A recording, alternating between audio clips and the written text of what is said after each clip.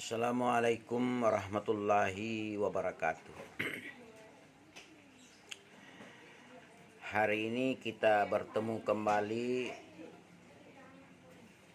pada mata kuliah Kewirausahaan 2. Semoga mahasiswa hari ini sehat walafiat, dan kita akan membicarakan tentang pengertian bauran pemasaran atau biasa istilah disebut dengan marketing mix. Awalnya konsep bauran pemasaran dikenal dengan istilah 4P. 4P itu adalah produk, price, place, dan promotion. Kemudian pakar marketing namanya Boom dan Bittner menambahkan bauran pemasaran dalam bisnis jasa menjadi 7P. Yang pertama, konsep dasar 4, kemudian kita tambah 3. Produk. Produk yang dimaksud di sini adalah sesuatu yang dijual dalam bisnis, baik itu barang maupun jasa yang memiliki nilai guna serta yang sedang dibutuhkan oleh konsumen. Kunci keberhasilan pemasaran produk adalah barang dan jasa tersebut haruslah menjawab kebutuhan konsumen. Tidak hanya itu saja, sebetulnya suatu barang atau jasa dituntut harus memiliki nilai yang lebih dibanding dengan produk pesaing. Kenapa demikian? Supaya produk tersebut bisa menjadi pilihan konsumen, apalagi saat ini persaingan sangat ketat. Ada banyak sekali produk serupa dan sejenis yang sengaja dilempar ke pasar dalam waktu yang bersamaan. Itu yang disebut dengan produk. Yang kedua adalah price atau harga. Price atau harga merupakan sejumlah uang yang harus dikeluarkan oleh konsumen untuk mendapatkan barang dan jasa yang dijual. Harga sudah menjadi aspek yang tidak kalah penting, maka penentuannya perlu pertimbangan yang matang. Hal ini karena seringkali konsumen menggunakan harga sebagai bahan pertimbangan sebelum membeli suatu barang maupun jasa. Harga ini sifatnya sangat fleksibel, oleh karena itu sebaiknya perusahaan untuk mengikuti alur dinamika pasar dalam penentuan harga produk yang nilainya yang tepat bagi konsumen.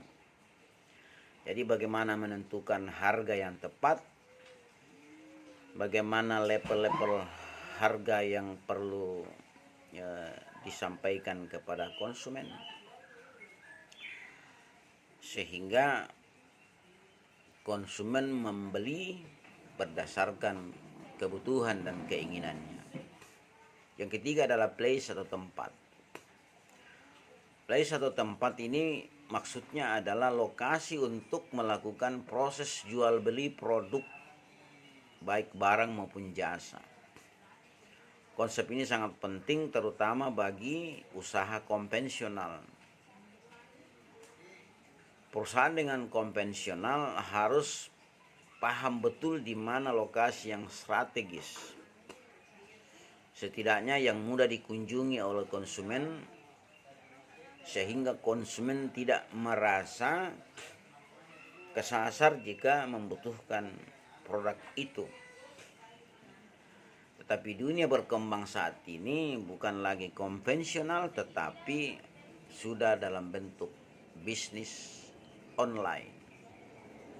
Oleh karena itu di zaman ini aspek tempat itu beragam, disesuaikan dengan media yang digunakan. Yang keempat adalah promotion. Supaya konsumen lebih mengenal serta merasa tertarik untuk mencoba membeli produk, baik itu produk berupa barang maupun jasa. Dalam kegiatan promosi, perusahaan harus mampu mengubah persepsi konsumen menjadi positif terhadap apa yang kita jual.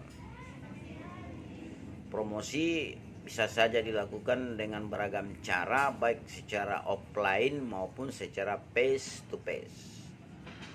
Bisa atau door to door.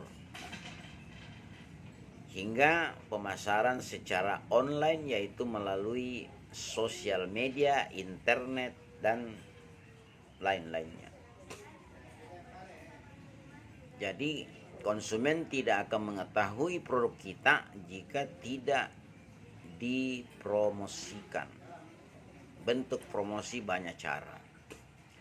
Yang kelima adalah proses. Aspek proses merupakan gabungan dari keseluruhan aktivitas mulai dari prosedur, jadwal pekerjaan, aktivitas, mekanisme, serta hal-hal rutin lainnya. Seluruh aktivitas tersebut berhubungan dengan produk yang dihasilkan serta disampaikan kepada konsumen. Perusahaan atau bisnis harus mengutamakan aspek proses ini. Mengapa? Karena proses berhubungan langsung dengan pihak konsumen. Sementara konsumen sendiri merupakan pihak yang menerima produk, baik yang berupa barang maupun berupa jasa yang dibuat oleh produser. Dalam aspek proses ini akan terdapat aktivitas pelayanan serta proses transaksi.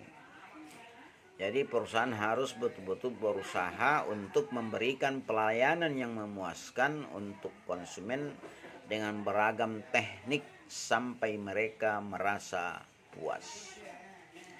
Yang keenam adalah people. Dalam hal ini adalah aspek orang. Ya, tentu bukan konsumen saja, namun seluruh sumber daya yang terlibat, termasuk pekerja hingga tim bisnis. Khusus untuk aspek ini sangat penting untuk diperhatikan dikarenakan karena setiap orang tentu punya kecenderungan yang berbeda dalam mengelola bisnis. Yang ketujuh adalah physical evidence atau bukti fisik. Terakhir yang masuk dalam konsep 7P adalah bukti fisik, yaitu semua perangkat yang digunakan sebagai pendukung berjalannya sebuah bisnis. Untuk bisnis skala besar, sudah pasti semakin banyak membutuhkan peringkat. Skala itu akan semakin kompleks pula fungsi serta penggunaannya. Jadi kesimpulan yang perlu kita ambil bahwa hal yang paling penting untuk diketahui adalah semua konsep atau aspek dari marketing mix akan saling berhubungan satu dengan lainnya. Oleh sebab itu, perusahaan haruslah menjalankan keseluruhan secara profesional dan beriringan. Hal ini untuk memastikan supaya bisnis dapat berjalan secara lancar. Inilah materi kita hari ini, dan nanti kita akan sambung pada aspek-aspek yang lain. Assalamualaikum warahmatullahi wabarakatuh.